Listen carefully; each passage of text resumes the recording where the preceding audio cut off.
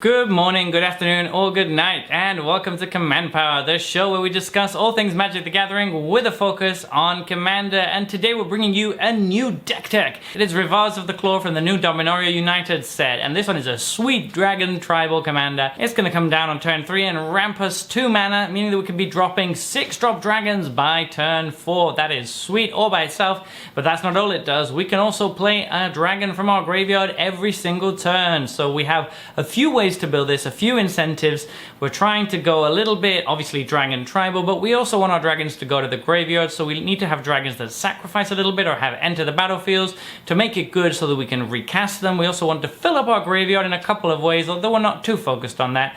So overall, a really interesting commander that can be built in a bunch of ways. So join us for this tribal dragon commander. Without further ado, let's get started. And we're starting with Atsushi, the Blazing Sky. This is a really good dragon in this deck because our dragons are going to be dying quite a bit and we do want to be able to recast them. This has a death trigger, which is always going to be nice. The death trigger can be create 3 treasure tokens, at which point you could just recast it the very next turn without much difficulty, so that's kind of nice. Or the other option, which is going to give us some nice card advantage. We're fine with both of those, and being able to recast this from the graveyard just makes it extra sweet. Backdraft Hellkite is a really awesome dragon in this deck. It's going to attack, and then all of our instants and sorceries in our graveyard are going to gain flashback. We have quite a few in this deck, surprisingly, and they're all pretty solid, so being able to recast them is nice. They're also all very low in mana value, so we can get even 2 spells off of this trigger. Even if the dragon gets killed, we can reanimate it again with Rivaz, bring it straight back to the battlefield, so that's really nice too. Balefire Dragon is an amazing board control option in this deck. It's going to be able to wipe the board of any opponent that gets hit by it. So yeah, they have to be really careful about this one. It's an expensive card. If you have another dragon that you want to substitute it for, feel free. This deck is kind of flexible. You can just sub in other dragons that are cheaper and it'll still perform really well. Bladewind the Risen is going to reanimate a dragon when it comes into play. That fits this deck absolutely perfectly. It also buffs all of our dragons for 1 black and 1 red, which is awesome. The fact that we can recast this with Rivaz once means that we're effectively getting 2 things back with Rivaz in that turn, and that is really sweet. This is an awesome card in this deck. Bladewing Deathless Tyrant is one that our opponents have to be really careful about, because even if they remove it the first time, the fact that we can recast it and it has haste, and it's probably going to create a bunch of tokens, means that they can never really feel safe when this is in the graveyard. Even getting 3 or 4 tokens out of this is fantastic, but we'll very likely be getting more late in the game. Voltwing Marauder is a nice one. It's going to give +2/+0 to any creature whenever a creature enters the battlefield under our control. It's just a nice dragon to have. Obviously, it's really good in a token strategy. We're not really that, although we do have a couple of ways to make dragon tokens, but this still provides a nice little boost in damage, and it's a 5-drop dragon, which is very easy to curve into with Rivaz. Chaos Dragon I really like. I really wanted to have a few cheap dragons in this deck because dragons tend to be very expensive, and it's nice to be able to double spell late in the game. This one is a bit interesting because it's going to be attacking every turn if able, but I kind of like that it's a bit random and chaotic. However, it can be super awkward if somehow all of your 3 opponents roll the exact same number on a dice. For the most part though, you're still going to have quite a bit of choice on who this attacks, although it does have to attack. It's just a really fun card. Dragon Mage is fantastic in this deck. It hits on every angle. We want to restock our graveyard, which this does. We want to refill our hands, which this does. We're also going to mess with our opponent's hands, which this also does, and also it's a dragon to boot, so it just does everything really. You just need to connect with it, but there's a few ways we can give it haste and should be fine. Dragon Lord Cologan is one of those ways we can give our creatures haste. It's going to give haste to all the creatures in our deck, and it has flying and haste itself. The second part isn't really ever going to be relevant unless we're playing against a Shadowborn Apostle deck or something, but we don't really need that ability for this to be good. It's good with just the first 2 lines of text. Dragon Lord Servant is just a really good mana rock in this deck. It's going to make all of our dragons cheaper, and we have a lot of them. Dragon Speaker Shaman is even better because it's going to reduce the cost of our dragons by 2 instead of 1. Very nice. Dracosteth, Maw of Flames, is a really strong one that is absolutely going to decimate the board when it gets to attack. It's going to be able to deal with 3 things, very likely. and that is just very good. Your opponents are definitely going to try to remove this, but if they don't use exile removal, you're just going to be casting it again with Rivaz, so it's just very solid. Ganax Astral Hunter works very well in this deck because we have a ton of dragons, so we're going to get some treasure tokens, which is really nice, and as you'll see, the deck has a slight treasure theme, so this just fits very well with the deck. Horde Smelter Dragon is one of the ones that I think is very underplayed at the moment in Commander, and it's going to destroy an artifact and make itself bigger for 4 mana. Late in the game when we have a bunch of mana available, this can destroy a bunch of our opponent's different things and then get a bonus as well, so very solid. Amherstone Predator does a few different things for the deck. It's a little bit of graveyard hate, which is really nice, but crucially it's also a nice free sack outlet, so if we ever need to get creatures into the graveyard to recast them, or if we just want to protect them from exile removal, this will definitely do the trick. It's also a dragon, of course, so it just ticks every box. Judge of the Midnight Sky does a lot of the same things that Atsushi did. It is a little bit awkward that the second ability is rarely going to be used in this deck because we're not going to be able to reanimate any of our dragons, so that is kind of unfortunate. That being said, we do have a couple of non-dragon creatures in the deck, so it still works with those, but also it can still make each opponent discard 2 cards, which is absolutely fine as a death trigger on what is already a decent creature. Nullspine Dragon fills a similar slot to Dragon Mage. You drop it after a big combat step, and suddenly you got 10 cards in hand or something and a fully stocked graveyard to play with Rivaz. This guy is really solid. Colligan the Storm's Fury is gonna let us win out of nowhere quite often. Play him as the last creature in a big board and then suddenly attack with a bunch of dragons, and they're all gonna be triggering. So they're all gonna give the whole team +1/+0 for each dragon that's attacking. That can be like +5/+0 out of nowhere. Lathliss Dragon Queen is an auto-include in basically any dragon tribal deck. You're just gonna get a free 5/5 dragon token every time you play a dragon, and it also gets to pump all your dragons when you have mana lying around. Obsidian Charmor is another quite underplayed card, I would say, in Commander at the moment. Even if it always costs 5 mana, it's a decent body that comes with a non-basic land removal attached, which is really, really nice. Seeing as we live in a meta where Nykthos, Cabal Coffers, and nonsense like that is rampant. But not only that, it can be cheaper based on how many lands your opponent controls that can tap for colorless, and these days there's still a lot of those lands. Like Nykthos itself or Reliquary Tower, there's a load of these in every deck basically, so this is often going to come down for much less than 5. It can come down for as little as 2.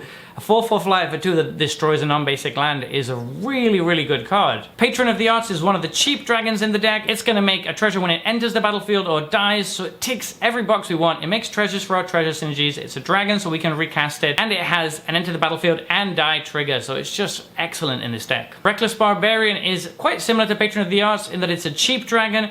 We can play it on turn 2, and then we can have a super explosive turn on turn 3 where we just drop a 5-drop, or we can save it till later in the game with Rivaz to play something really, really strong ahead of curve.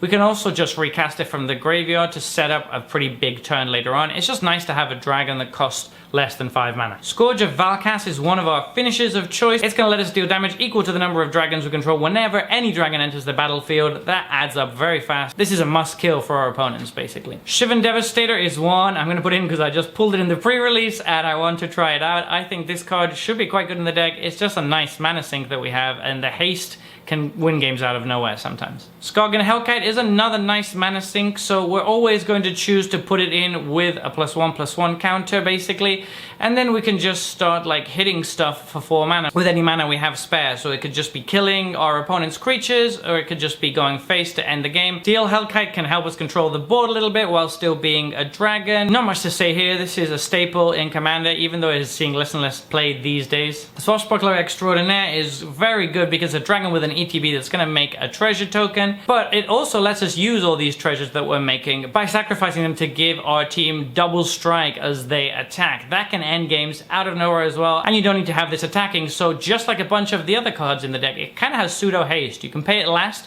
and then it's going to give that buff out of nowhere to an unsuspecting opponent. Territorial Hellkite is in the same vein as Chaos Dragon. I love cards like this, so it's kind of random, and it's going to choose an opponent that it didn't choose last turn. It's very bad when it's just you and one person left in the game, because then it's basically only going to attack each other turn. But before that, it's a 6/5 flying haste creature for 4. That can't really go wrong with that. Thunderbreak Regent is basically a little protection for our dragons. What's going to end up happening most of the time is that it's just going to eat a removal spell and deal 3 to a player, we're completely fine with that because there's one less removal spell that can go to our stronger dragons. If for whatever reason they don't have a way to deal with this and they can deal with other dragons instead, they're going to be taking a bunch of damage. Thundermaw Hellkite is a nice little finisher. Sometimes it can happen that we play against decks that have a bunch of flying tokens such as Hornet Queen tokens or spirits and stuff like that. This stops us from getting stonewalled by that. It just immediately kills them or taps them, and then we can just swing in and kill that player before they have a chance to recover. Utvara Hellkite is going to help us make more dragons. I heard you like dragons, so I put some dragons with your dragons so you can dragon when you dragon.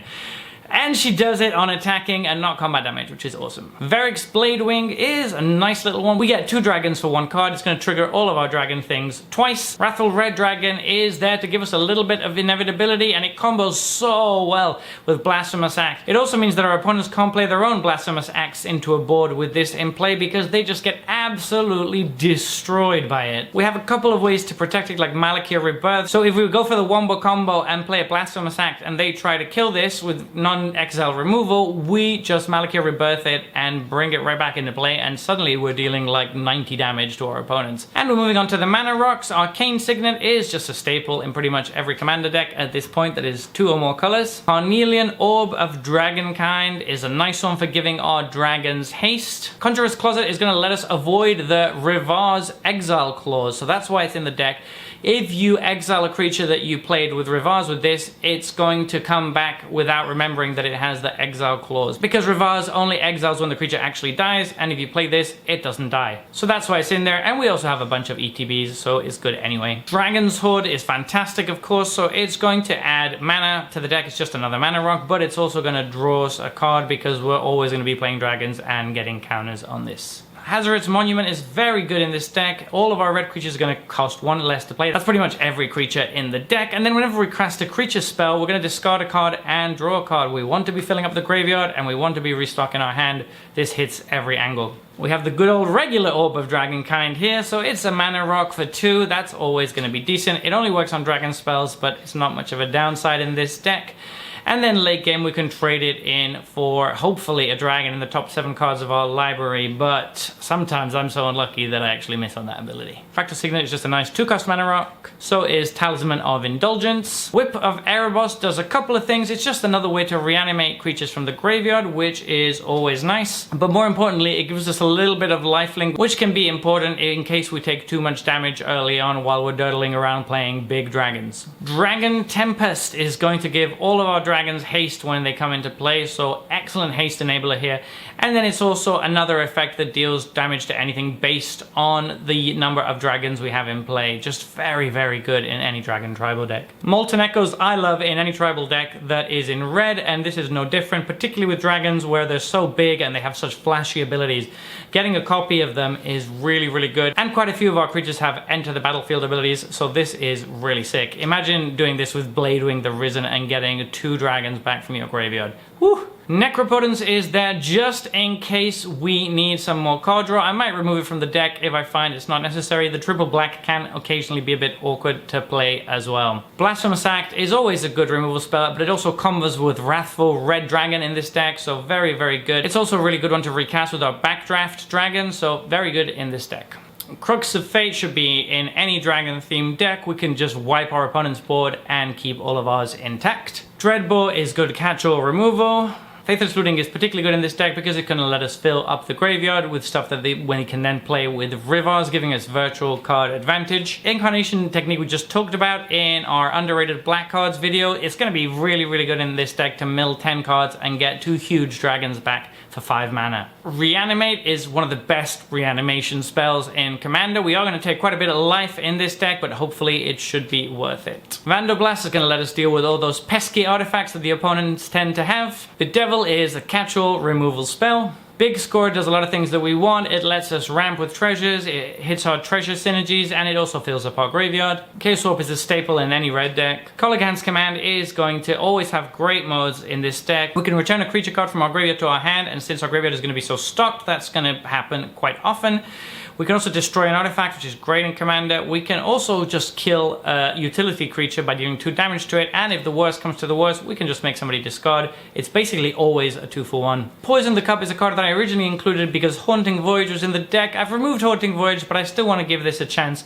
It's not the worst removal spell. Having Scry 2, if you foretold it, is pretty nice, and it can kind of throw our opponents off a little bit if they're expecting that Haunting Voyage. Terminate is a nice piece of removal for creatures. Thrill of Possibility is going to let us draw 2 cards and refill our graveyard at instant speed. Wild Magic Surge is almost as good as Chaos Warp and better in certain situations. Just a fantastic removal spell and one of the few ways in Black-Red that you can deal with enchantments. And then we're moving on to the lands. We have Malakir Rebirth to protect some of our creatures, including Rivaz, from board wipes or other effects. A nice interaction is with Backdraft Hellkite. We can actually cast this after we attack if our opponents try to remove any of our creatures, so that's pretty solid. Hagramolling is an excellent removal spell at 4 mana, and occasionally it can even cost 3. Bojuka Bog is another nice piece of graveyard hate, which is always good to have. Spine Rock Null is on theme because we have the Null Spine Dragon in here, and it's also just going to very often be active because we're almost always going to have dealt 7 damage, at which point we're just going to get to cast probably a huge dragon for free. And finally, Tectonic Edge is a nice little bit of non-basic land removal. And that's the end of this deck tech. Did you enjoy this one? Would you have built this deck differently? Let us know in the comments section below. I read all the comments and respond to all of them. And if you enjoyed this video, don't forget to click like, comment, and subscribe. It really helps the channel, and we're currently growing. And until next time, take care.